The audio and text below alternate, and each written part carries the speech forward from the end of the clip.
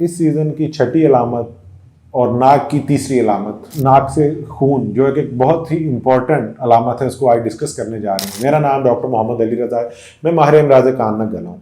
आज हम जिस चीज़ की बात करने जा रहे हैं इसको हम एपिस्टेक्सिस कहते हैं अपनी ज़ुबान में, और उर्फ़ आम से कहते हैं नक्सीर, यानी कि नाक से खून का आ जाना। अच्छा, नाक से खून का आ जाना कोई बहुत ख़तरनाक अलामत मोस्ट ऑफ द टाइम्स नहीं होती है, लेकिन कुछ ऐसी कंडीशन होती हैं जिसमें इसको हमें निगलेक्ट नहीं करना होता है। मैं ये बात कोशिश करूंगा एंड में करूं, लेकिन कुछ ऐसी चीज़ें आपको बता देते हैं जो कि आपके लिए फ़ायदेमंद होंगी।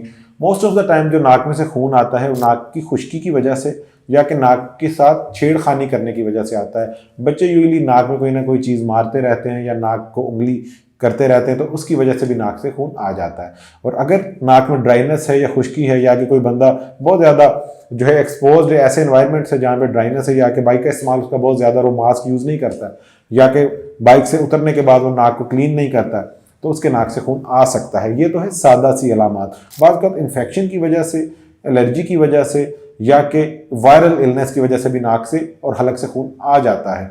एक ऐसी अलामत जिसकी मैंने शुरू में बात की जो कि ख़तरनाक हो सकती है, उसमें ख़ास टाइप के लोग जिनको हम टीन एज के लड़के कहते हैं ज़्यादा इफेक्ट होते हैं, और उस बीमारी का नाम है एंजियोफाइब्रोमा। इसको आप सर्च भी कर सकते हैं।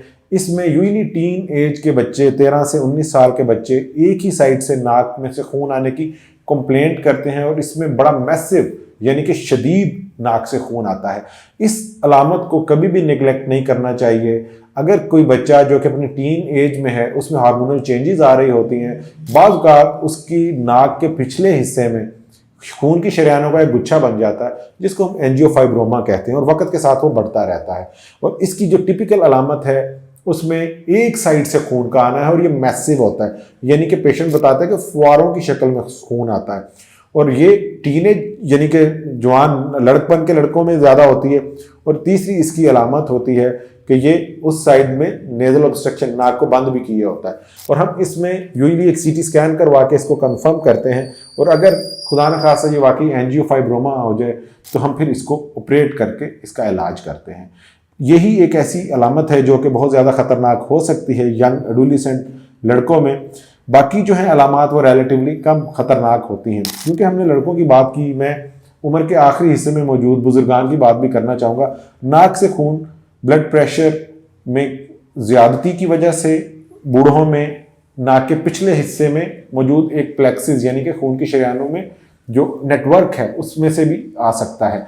यूजुअली ये खून हलक के हिस्से में गिरता है, और पेशेंट कंप्लेंट करता है कि खून आने से पहले उसको शदीद सर में दर्द हुई या चक्कर आए, और जब ब्लड प्रेशर चेक किया गया तो बहुत ज़्यादा था।